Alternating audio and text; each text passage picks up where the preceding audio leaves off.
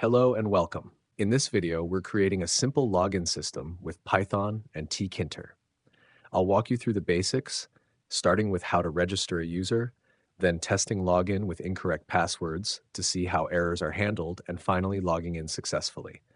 By the end of this tutorial, you'll understand how to build and customize a functional authentication system. Let's dive in and bring it to life. Let's start building our login system step by step. First, we're importing a few important Python modules. Tkinter is a built-in library in Python that allows us to create graphical user interfaces. We'll use it to design the windows, buttons, and input fields for our login system. It's like the toolkit that makes our application visually interactive. Next, we have MessageBox from Tkinter, which helps us show pop-up messages to users. For example, we'll use it to notify users about successful logins, errors, or when a username is already taken. Then there's SQLite 3, which enables us to work with a lightweight database within our project. We'll use it to securely store usernames and hashed passwords for this application. Finally, HashLib is for hashing passwords. Instead of saving passwords as plain text, which is insecure, we'll convert them into a secure, hashed format. This way, even if someone gains access to the database, they won't see the actual passwords. With these modules imported, we're ready to start building. For our register and login system, we need a database to store user information. This line of code connects our application to a SQLite database named users.db. If the database doesn't exist, it will be created automatically when we run the program. Let's execute the code and check if the database file has been successfully generated in our project directory. Next, we need to create a table in our database to store user information. These lines of code create a users table with 3 columns: ID, username, and password. The ID column is an auto-incrementing primary key. The username must be unique, and the password will store the hashed password. By using createTable if not exists, we ensure the table is created only if it doesn't already exist. Finally, the commit function is called to save these changes to the database. Let's run the code and verify that the table has been created. When you run the application, if you don't see any errors in the console, it means the table has been created successfully. Now we're adding the main window for our application using Tkinter. The tk.tk function creates the root window, root.title login system, sets the window's title, and root.geometry 400 by 300 defines its size. Finally, root.mainLoop starts the Tkinter event loop, which keeps the window open and responsive. Let's run the application to see the window appear. We've created an empty window, and now it's time to start adding widgets to our application. Widgets are the building blocks of a GUI, and we'll start by adding a label. The tk.label function creates a text label inside the root window.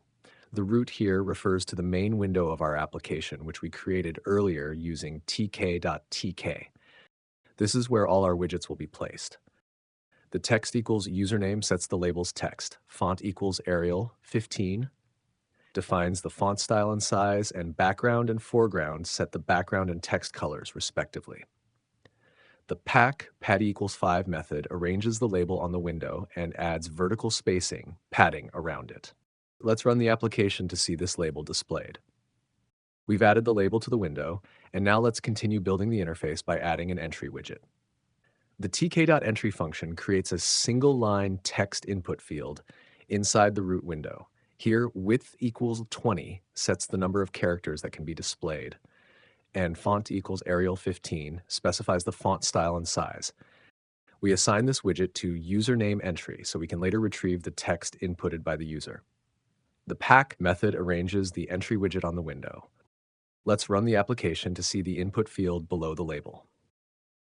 Now that we've added the username input field, let's move on to adding the password label. The tk.label function creates a label for the password field inside the root window.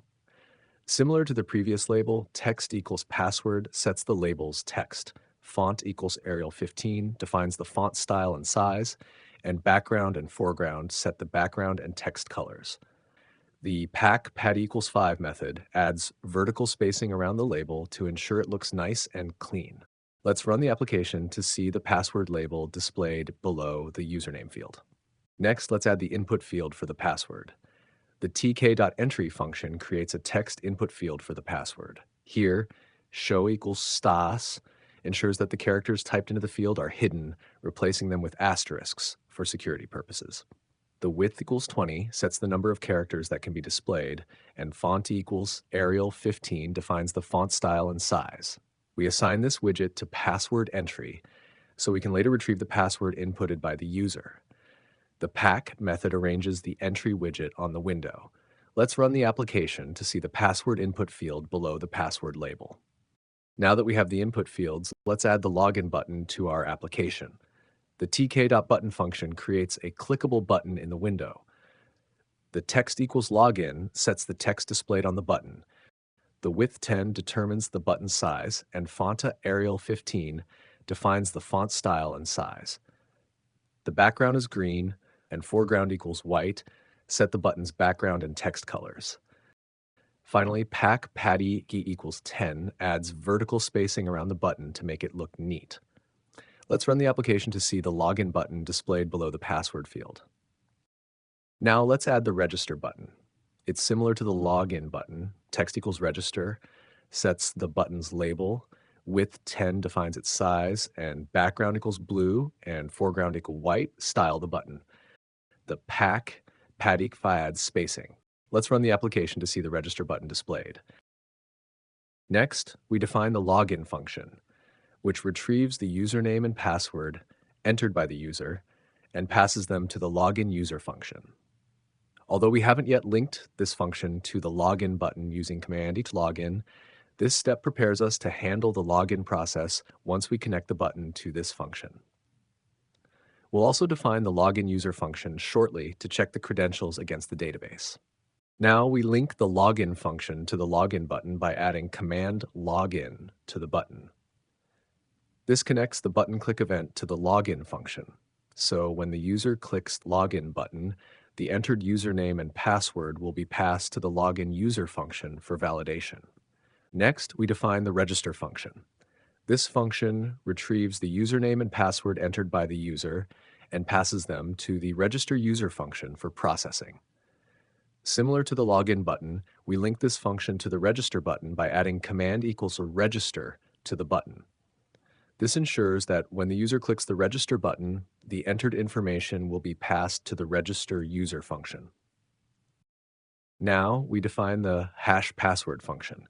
This function takes a plain text password as input, encodes it into bytes, and then hashes it using SHA-256 to ensure the password is stored securely. The hashed password is returned as a hexadecimal string. This step is important for securely handling user passwords. We'll use this function later when registering and logging in users.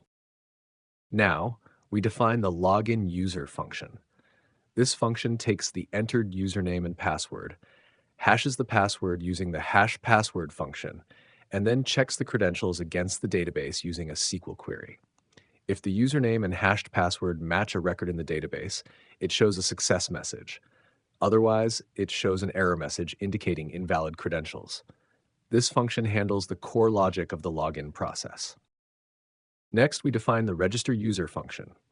This function takes the entered username and password, hashes the password using the hash password function, and then attempts to insert the new user into the database. If the username is already taken, an SQLite 3.integrity error is raised and an error message is displayed. If the registration is successful, a success message is shown. This function handles the core logic of the registration process.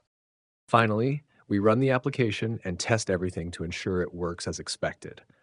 Once we confirm that both the registration and login functionalities are functioning correctly, we can wrap up the project.